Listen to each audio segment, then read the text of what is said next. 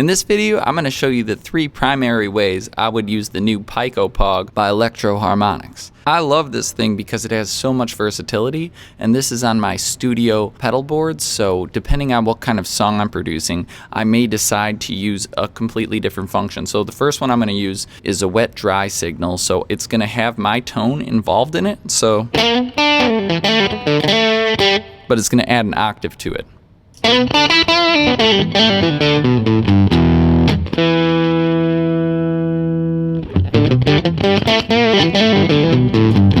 And on the green setting, it makes it so that there's a tilt shift to the EQ. So if you turn it to the left, then it brings out more of the lows, and if you turn it to the right, it brings out more of the highs.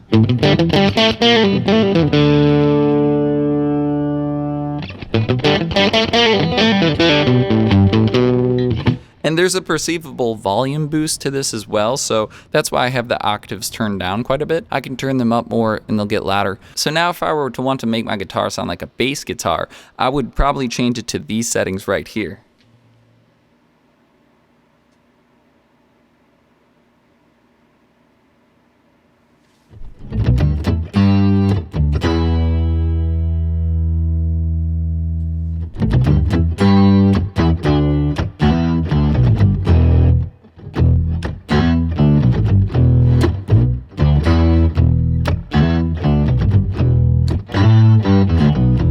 If I turn up the dry, then I'm getting more of that string sound in there.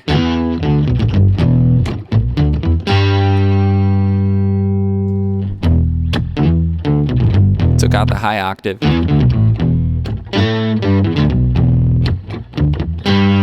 Okay, so yeah, it makes a pretty convincing bass. I think that this pedal, as opposed to some of the other octave pedals that I've tried, does probably the best job at it. Now the last main thing that I would use this for is a sweet synthesizer tone, something like an organ.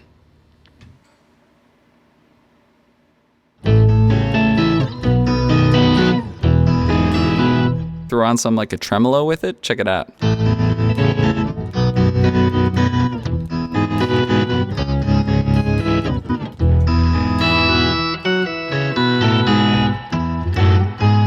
I threw in some reverb right there.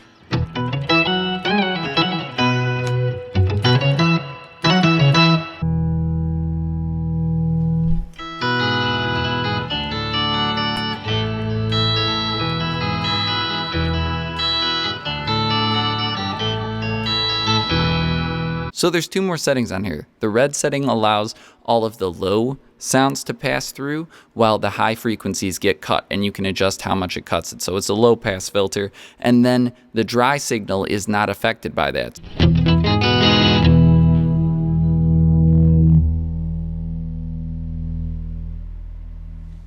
And now the orange filter makes it so all of the high frequencies pass, but the low frequencies get cut.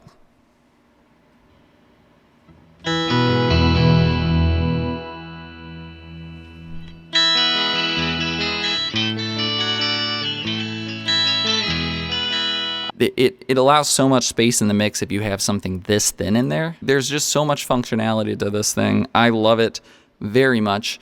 If I'm just jamming, I'm probably not using it that much because there's no presets, so that's the only thing I don't like.